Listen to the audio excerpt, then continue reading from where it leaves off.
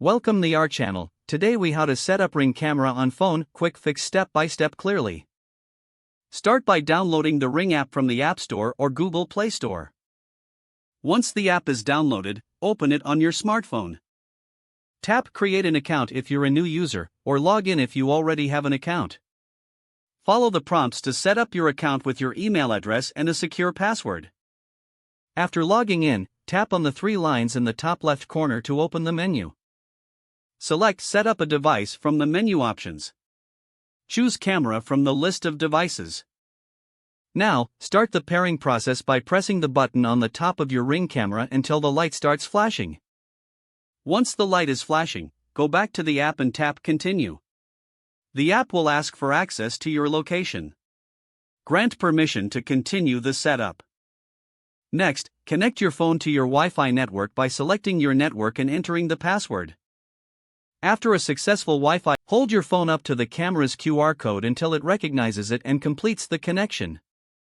Once the camera is connected, you can customize its settings such as name and notification preferences.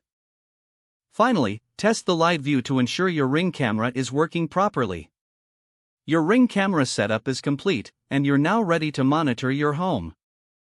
If the page does not load, refresh the browser or try again in a private or incognito window.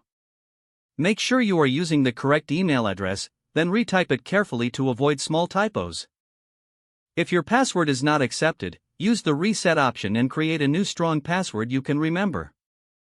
Check your spam folder for verification or security emails, then complete any requested confirmation steps. Enable two-factor authentication if available to improve account security and reduce unauthorized access risk. After signing in, review your profile details so your contact information and settings are accurate and current. If you see an error message, note it down and try again after restarting your device and internet connection.